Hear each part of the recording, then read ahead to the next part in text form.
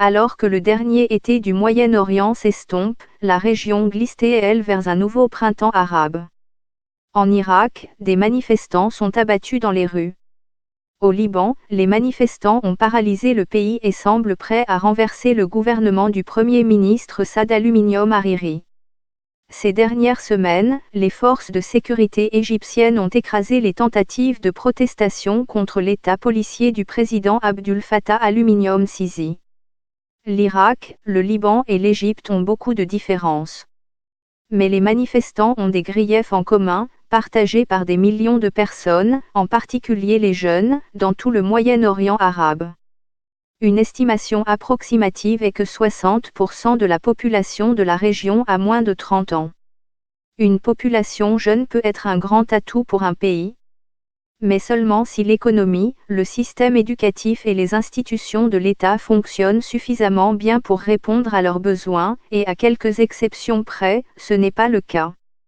Les jeunes au Liban, en Irak et ailleurs dans la région sont très souvent consumés par la frustration qui s'enflamme facilement. Deux des plaintes les plus importantes concernent la corruption et le chômage. L'une mène à l'autre. L'Irak se classe parmi les pays les plus corrompus au monde, selon un certain nombre d'indices de corruption dans le monde. Le Liban est légèrement meilleur, mais pas trop. Les perdants d'un système corrompu peuvent se mettre très en colère, très rapidement, lorsque même les personnes instruites ne peuvent pas trouver d'emploi, et qu'ils voient de petites cliques se remplir les poches. Lorsque les institutions de l'État, le gouvernement, les tribunaux et la police sont impliqués, c'est un signe que tout le système est défaillant. Au Liban comme en Irak, les manifestants ne veulent pas seulement que leur gouvernement démissionne. Ils veulent également que l'ensemble du système de gouvernance soit réformé ou remplacé. L'une des réalités tragiques de l'Irak est que la violence s'est enracinée dans la société. Lorsque les manifestants, scandant contre le chômage, la corruption et le gouvernement, sont descendus dans la rue, il n'a pas fallu longtemps pour qu'on leur tire dessus à balles réelles. Les manifestations dans les rues irakiennes, jusqu'à présent, semblent être sans chef. Mais le gouvernement doit craindre qu'avec le temps et le nombre de victimes croissant, il y ait une meilleure organisation. Les manifestants ont pris pour cible des bastions du pouvoir gouvernemental, notamment le mur de la zone verte de Bagdad. C'était le centre de l'occupation américaine. Aujourd'hui, ils concentrent les bureaux du gouvernement, les ambassades et les résidences de personnalités éminentes.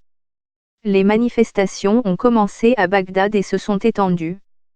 Du jour au lendemain, dans la ville sainte de Karbala, des informations non confirmées ont fait état de nombreux morts et blessés lorsque des manifestants ont été la cible de tirs. Des vidéos ont été diffusées sur les médias sociaux montrant des hommes qui fuyaient les fusillades. Depuis le début des manifestations, le nombre de victimes n'a cessé d'augmenter. Selon des informations provenant de Bagdad, des soldats irakiens sont apparus en portant le drapeau national enroulé autour de leurs épaules, ce qui témoigne de ce qui semble être une forme de solidarité avec les manifestants. Mais les rapports disent aussi que des hommes vêtus de noir, certains masqués, ont ouvert le feu. Selon une théorie, ils viendraient de milices pro-iraniennes. Les manifestations ont commencé au Liban le 17 octobre après que le gouvernement a essayé d'introduire des taxes sur le tabac, l'essence et les appels OAPP. Les nouvelles taxes ont été annulées rapidement, mais il était trop tard. Tout d'abord, les manifestations au Liban se sont déroulées dans la bonne humeur. Mais les tensions très réelles dans le pays deviennent visibles, avec des flambées de violence. Alors, est-ce donc un printemps arabe ? Plus que tout, c'est un signe du travail inachevé qui reste à faire depuis 2011. Les soulèvements de cette année-là n'ont pas apporté la liberté tant attendue par le peuple qui a manifesté contre les dirigeants tyranniques.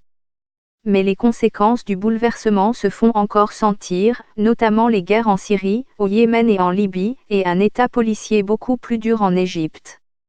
Et les griefs qui ont alimenté les soulèvements de 2011 sont toujours là.